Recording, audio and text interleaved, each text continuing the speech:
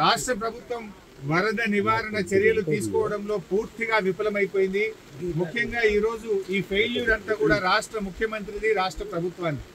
ఎంత బాధతో ఉన్నామంటే ఈరోజు ఇవాళ హవేలీ గన్పూర్ మండలంలో మరి ఇద్దరు యువకులు చనిపోవడం జరిగింది.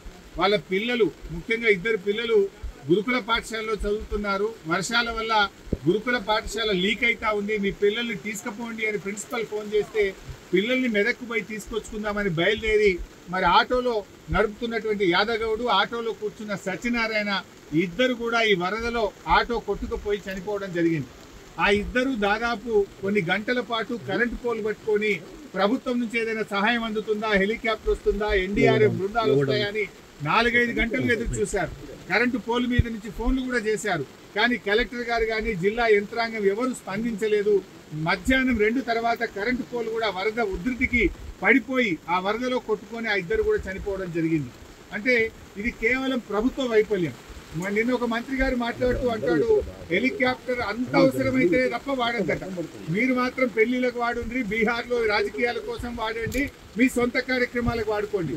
ఆనాడు ఖమ్మం జిల్లాలో కూడా హెలికాప్టర్ పంపకపోతే ప్రాణాలు పోయినాయి. ఇవాళ మెదక్ జిల్లాలో కూడా సకాలంలో హెలికాప్టర్ రాక ప్రజల ప్రాణాలు పోయినాయి. అంటే ప్రభుత్వం ముందస్తు చర్యలు తీసుకోలేదు. నిజాం సాగర్ లో ఈ వరద ఉధృతిని చూసి గేట్లు ఎత్తి ముందుగానే నిజాం సాగర్ ను ఖాళీ చేసి ఉంటే బ్యాక్ వాటర్ లో ఇంత నష్టం జరిగి ఉండేది కాదు. అటు ఇంజనీరింగ్ లోపం ఉంది, ప్రభుత్వ వైఫల్యం ఉంది. నిన్న ముఖ్యమంత్రి గారు ఇంత వరదలు వస్తుంటే వీడియో కాన్ఫరెన్స్ పెట్టి అత్యవసరంగా రివ్యూ చేయాల్సిన ముఖ్యమంత్రి ఆయన మూసీ సుందరీకరణ రివ్యూ చేస్తున్నాడు. ఇవాళ పొద్దున్న లేచి ఆటల పోటీల గురించి రివ్యూ చేస్తుంది. ఒక దిక్కు ప్రజల ప్రాణాలు పోతున్నాయి, తాగడానికి నీళ్లు లేవు. హవేలీ గన్పూర్లో నిన్నటి నుంచి కరెంటు లేక 7-8 గ్రామాల ప్రజలు మంచినీళ్లు లేక వర్షపు నీళ్లను ప్లేట్లలో, గ్లాసులలో పట్టుకొని తాగుతున్న పరిస్థితి ఉన్నది.